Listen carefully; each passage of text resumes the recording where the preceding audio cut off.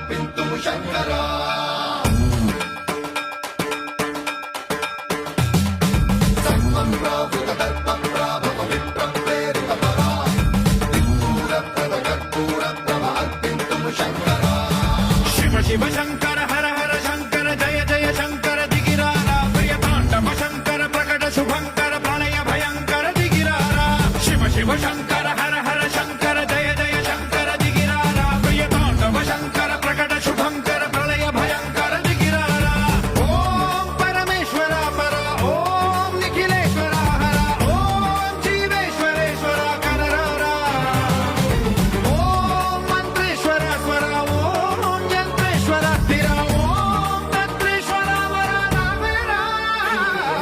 శివ శివ శంకర హర హర శంకర జయ జయ శంకర దిగిరారా ప్రియతాండవ శంకర ప్రకట శుభంకర ప్రళయ భయంకర దిగిరారా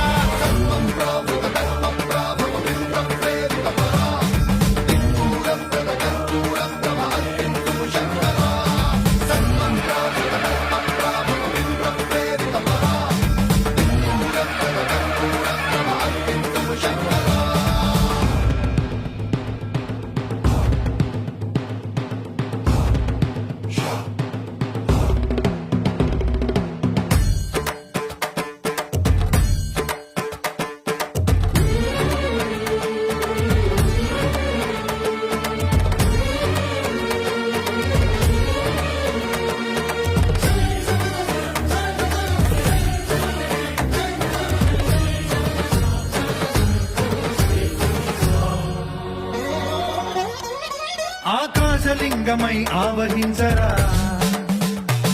ఢమ ఢమ ఢమమని డమరుక ధ్వని సలిపి జడదని వదిలించరా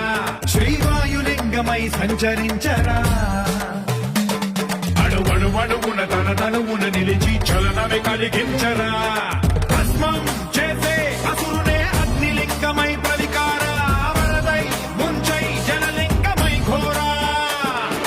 వరమై వసమై ప్రబలమౌ భూలింగమై బలమిడరా జగమే నడిపే పంచభూతలింగేశ్వర కరుణించరా శివ శివ శంకర హర హర శంకర జయ జయ శంకర దిగిరారా ప్రియతాండవ శంకర ప్రకట శుభంకర ప్రళయ భయంకర దిగిరారా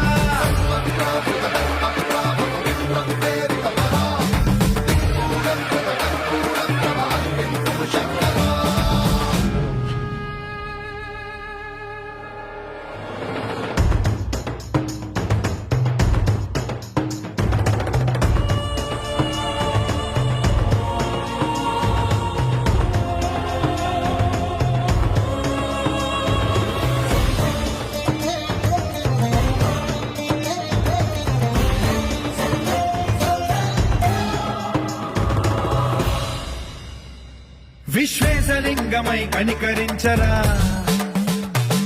విధి లిఖితమునిక పరపర పర చరిమి అమృతమి